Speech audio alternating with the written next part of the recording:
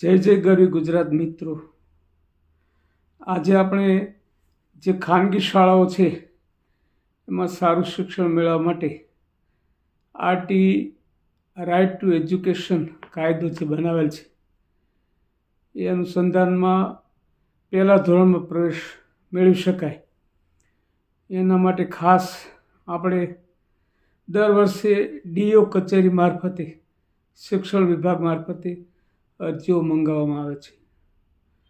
તો દરેક વાલીઓએ છેલ્લી ઘડીએ દોડાદોડી ન થાય અને ડોક્યુમેન્ટના અભાવે બાળકને આરટીમાં પ્રવેશ ન મળે અને શિક્ષણથી વંચિત ન રહી જાય એ માટે દરેક વાલીઓએ પૂર્વ તૈયારી કરી રાખવી. અને આના માટે આપણે નજીકના જનસેવા કેન્દ્રમાં જઈ અને હું જે કહું છું એટલી વસ્તુઓ કઢાવી અને પૂર્વ તૈયારી રૂપે રાખવી.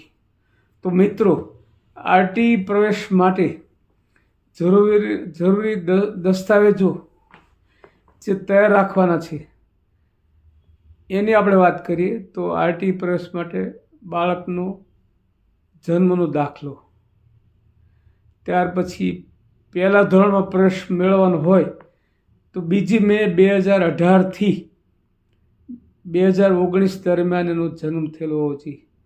આવકનું પ્રમાણપત્ર, જન્મનું સર્ટી અને ખાસ તો નોન ક્રિમિનલ સર્ટી, આટલી વસ્તુ આપણે તૈયારી સ્વરૂપે રાખવી અને વહેલામાં વહેલી તકે આ વસ્તુ કઢાવી અને આપણે રાખી દઈએ, જેથી કરી આપણા બાળકને ખાનગી શાળાઓમાં સારામાં સારું શિક્ષણ મળી શકે.